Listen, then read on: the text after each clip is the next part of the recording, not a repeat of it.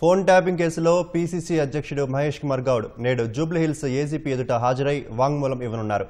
గత ప్రభుత్వ హయాంలో మహేష్ కుమార్ గౌడ్ ఫోన్ ట్యాప్ చేసినట్లు ఆరోపణలు రావడంతో సాక్షిగా ఆయన హాజరు కానున్నారు. మరింత సమాచారం మా ప్రతినిధి పవన్ అడిగి తెలుసుకుందాం. పవన్, చెప్పండి. ఫోన్ ట్యాపింగ్ కేసులో ఇవాళ కీలక పరిణామం చోటు చేసుకోనుంది. ఎందుకంటే ఇన్ని రోజుల వరకు కూడా ఆ కేసులో ప్రధాన నిందితుడు ఏవన్గా ఉన్నటువంటి ప్రభాకర్ రావుని విడతల వారీగా విచారిస్తున్నటువంటి సిట్ అధికారులు తాజాగా ఇవాళ ఒక ప్రజా ప్రతినిధి అయినటువంటి ఒక పిసిసి ప్రెసిడెంట్ గా ఉన్నటువంటి మహేష్ కుమార్ గౌడ్ ని కూడా ఇవాళ వాంగ్మూలం తీసుకోనుంది. ఎందుకంటే గతంలో 2023 ఎన్నికల సమయంలో అనేక మంది ప్రతిపక్ష నాయకులకి సంబంధించినటువంటి ఫోన్ లో ట్యాపింగ్ జరిగిందనేటువంటిది ఒక ప్రధాన అభియోగం. ఇప్పటి వరకు ఆ నేతల పేర్లు అధికారికంగా బయటికి రానప్పటికీ కూడా ఇవాళ మాత్రం అధికారికంగా పోలీసులు మహేష్ కుమార్ గౌడ్ ని వాంగ్మూలం తీసుకున్నారు. ఎందుకంటే నవంబర్ 2023 అప్పుడు ఎన్నికల సమయంలో Mahesh Kumar Goud TPCC working president గా ఉన్నారు. ఆ సమయంలో అప్పుడున్నటువంటి ప్రభుత్వం ఆయన ఫోన్ ట్యాప్ చేసినట్టు కూడా సిట్ అధికారులు గుర్తించారు. ఈ క్రమంలోనే ఇవాళ 11 గంటలకు అయితే ఆయన పోలీసుల ఎదుట అయితే వాంగ్మూలం ఇవ్వనున్నారు.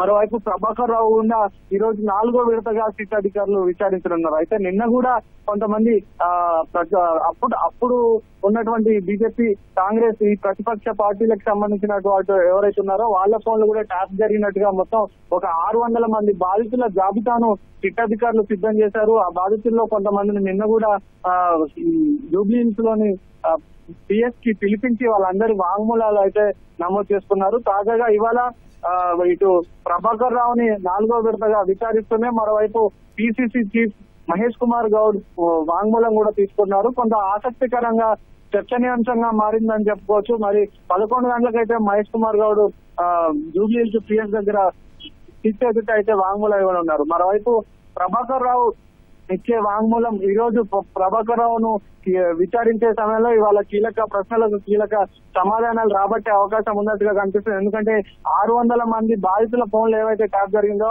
ఆ జాబితానంతా ఇప్పటికే సిద్ధం చేశారు అధికారులు. ఈ బాధితులు అంటే ఫోన్ ట్యాపింగ్ తో గతంలో బాధితులు పడ్డటువంటి ఇబ్బందులు ఆ తీరుపై ప్రభాకర్ రావును ప్రశ్నించే అవకాశం ఉంది.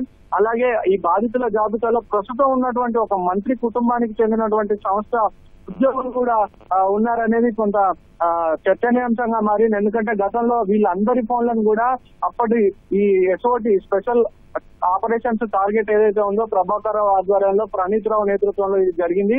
ఇదంతా కూడా అప్పటి ప్రతిపక్ష నేతల ఫోన్లు, వ్యాపారవేత్తలు అలాగే ప్రముఖ జడ్జిల ఫోన్లను కూడా ట్యాప్ జరిగినట్టుగా కూడా సిట్ గుర్తించింది. అయితే వీళ్ళందరి ఫోన్లకి సంబంధించి ఒక రాజముద్ర వేసి మరి ఫోన్ ట్యాపింగ్ జరిగింది అనేది సిట్ ప్రధాన అభియోగం. ఎందుకంటే ఫోన్ ట్యాపింగ్ చేయాలంటే ఎస్ఐబికి ఇటు మావోయిస్టులు కానీ, ఉగ్రవాదులు కానీ లేదా అసాంఘిక శక్తులకి సంబంధించిన వాళ్ళ ఫోన్లు ట్యాప్ చేసేందుకు ఒక అధికారం ఉంటుంది. దానిని ఈ ప్రతిపక్ష నాయకుల ఫోన్లు ట్యాప్ చేసేందుకు మావోయిస్టులతో సంబంధాలు ఉన్నాయనేటువంటి ఒక ఆరోపణలతో అయితే వాళ్ళందరికీ టెలికాం నుంచి కొన్ని పర్మిషన్లు తెప్పించుకొని అధికారికంగా ఒక రాజముద్ర వేసి మరి ఫోన్ ట్యాపింగ్ చేయడం ప్రస్తుతం చర్చనీయాంశంగా మారింది. ఇవన్నీ ప్రశ్నలపై కూడా ఈ రోజు మరి ఎంత మేరకు స్పష్టత వస్తుంది అనేది వేచి చూడాలి. ఎందుకంటే ప్రభాకర్ రావు గత ఎన్నికల సమయంలో వినియోగించినటువంటి ఫోన్లను తీసుకురావాలని మొదటి విడత విచారణ రోజు అంటే ఈ నెల 9న ఆయన మొదటి విడత విచారణ జరిగింది. ఆ రోజు ఆయన సూచించినప్పటికీ కూడా